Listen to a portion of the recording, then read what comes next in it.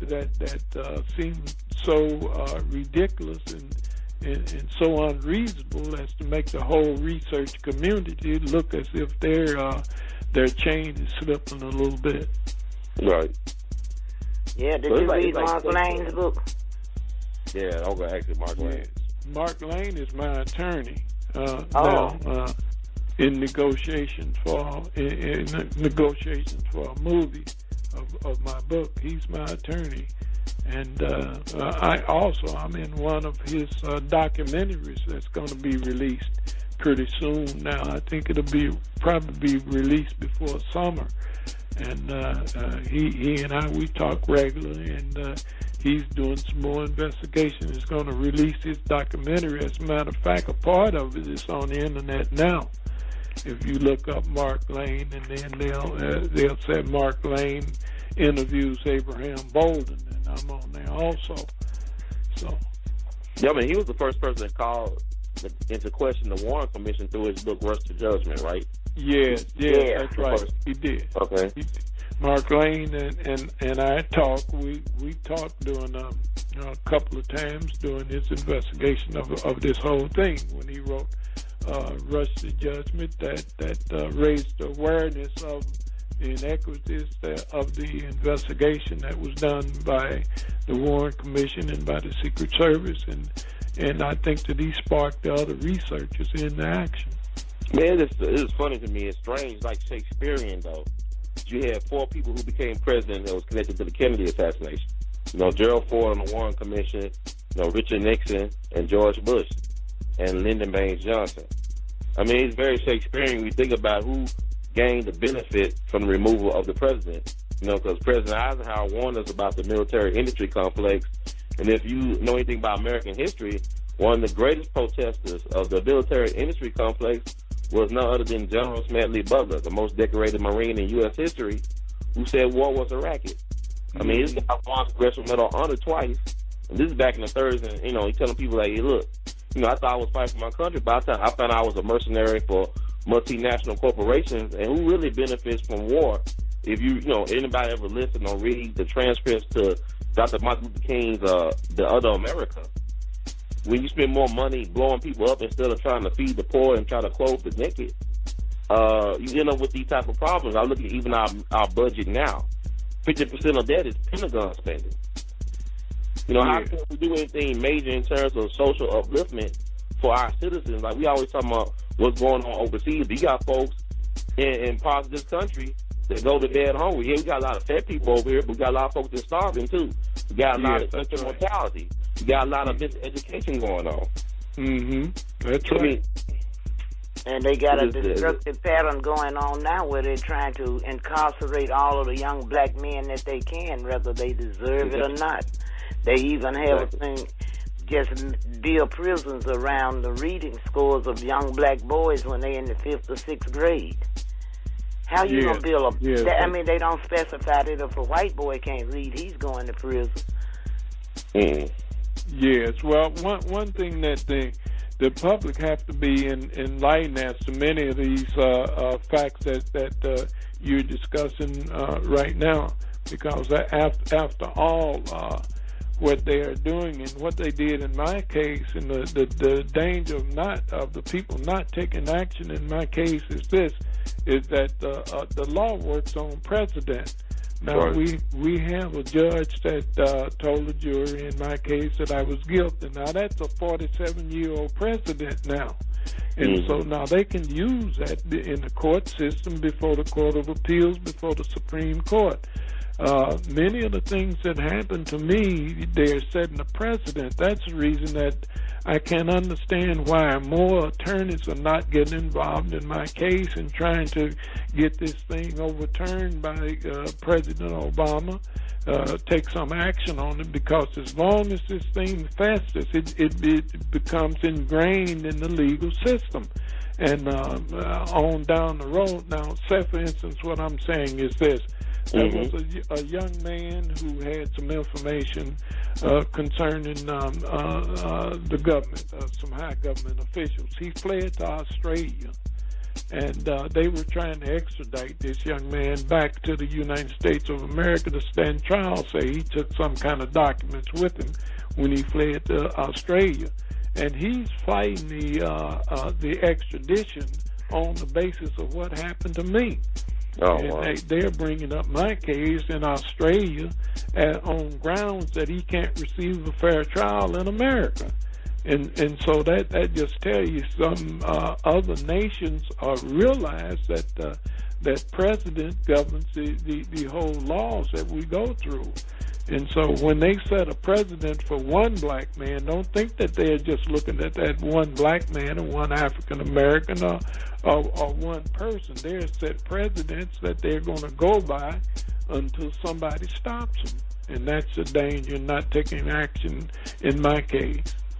Yeah, definitely. I want to talk about your case because I just got through reading a book about the Max Charles Parker lynching that took place in Poplarville back in 1959 in Mississippi, and the way the judge conducted himself in your case and in Sherman Fred and Matt Clark's case, he was no better than the judge in Mississippi. They told the grand jury, look, you gotta defend the white man's way of life. Got to protect white womanhood. So, it's like what Malcolm said, any place below Canada is Mississippi.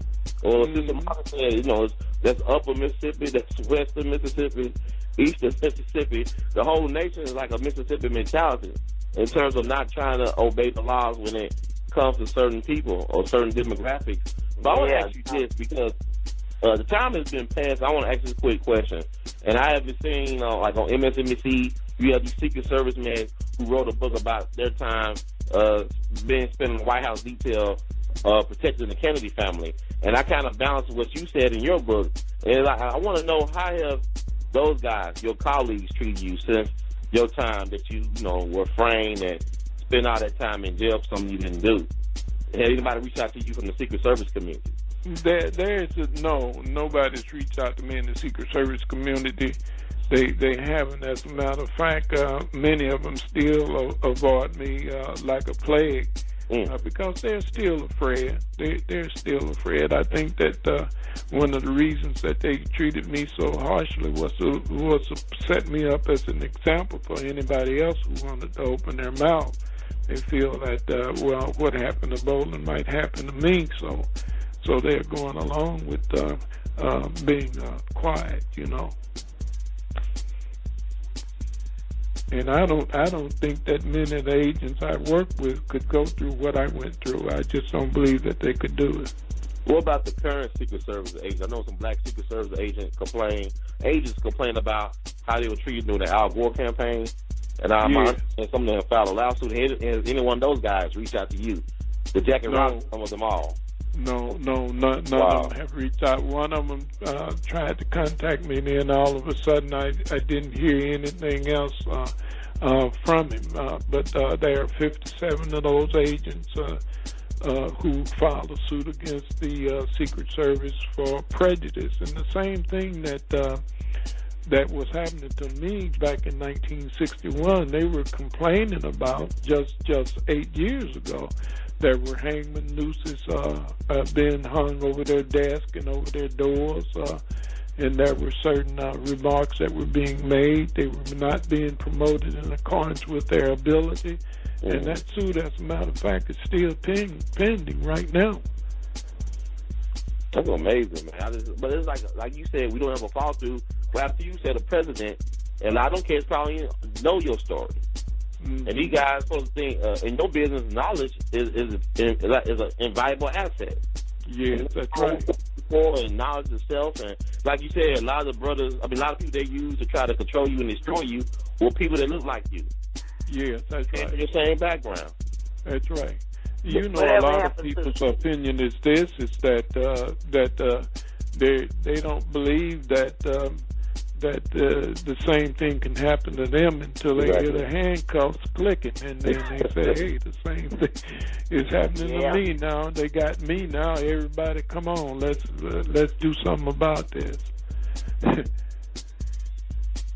was going to ask you, whatever happened to the guy that falsely accused falsely accused you, the convict that you arrested.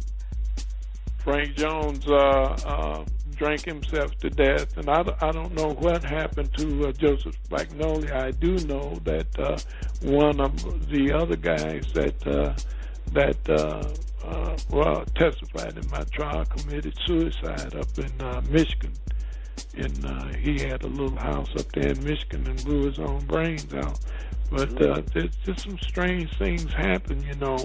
But people just have to do that which is right, good, and just, and that which will create love and bring brotherhood to one another. And as long as a person does that, then he's wearing on the arm of God, and it's very difficult to bring a man like that down. Oh, it's just like, I know, I mean, you're a Renaissance man. I mean, you're from East St. Louis, and, you know, a lot of times people tend to look down on East St. Louis, not knowing the history of that great, you know, town.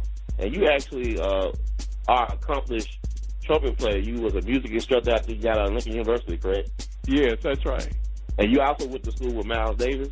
Yes, that's right. Well, my brother went to school with Miles Davis. Okay. Yeah, it was my oldest brother was in the band with Miles Davis, and what I would do, I would go to my older brother's band practice and help him carry his bass on the band practice and hang around there watching those guys when they practice. And that's how I happened to meet Miles Davis. He was about 5-6 years ahead of me. Okay. Yeah. Was he impressive? I mean, did you see? Did you know that this guy will become what he became? No, nobody ever suspected that. Nobody ever suspected that. As a matter of fact, they thought he was a little weird.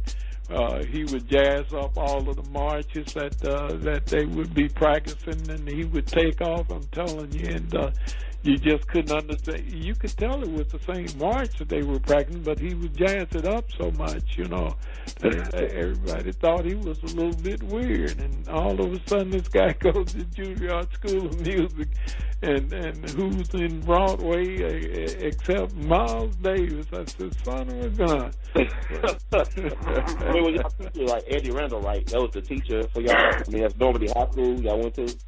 Well, yeah, that's right, Lincoln High School. Lincoln, okay. Yeah. And Eddie Randall was the instructor. Yeah. Okay. No, Evan Buchanan. Edward Buchanan. Eddie Randall was the local Buchanan band leader. Okay. was the instructor. Okay, Edward Buchanan. He was your instructor too, right? Yes, that's right. Okay, cool. I mean, that's some history needs to be known. But I just I just want to give you honor for your service. Like I said, I mean, you still standing, brother. Over 300 people ain't talking no more. They ain't walking the earth. They ain't telling their side of the story. And somehow God has seen fit to see you through the storm, to tell us, to warn us of what's coming down the road. And I also want to ask you this, because this is very important to me. What happened in Arizona, Tucson? I mean, I'm just amazed that a guy could do that much destruction without anybody, stopping him. I mean, what's your opinion about that tragedy? What could have prevented that tragedy, if anything? Well, there's no question that, in my opinion, that the young man needed some mental help. There's no question about that. But I think that the climate that was created during the election and some of the things that were said that kind of encouraged that type of action. And you take a fickle mind and you continue to bombard it with suggestions of violence, and that fickle mind will carry it out, whether it's in the conscious or subconscious state. That's the way I see it. I mean, you think the climate, because the climate is kind of similar to the climate of when you were serving during the Kennedy time, right? I mean, it is dreadfully alike. It is so much alike that sometimes it scares me. It's exactly like the climate that we had before, just prior to the assassination of President Kennedy.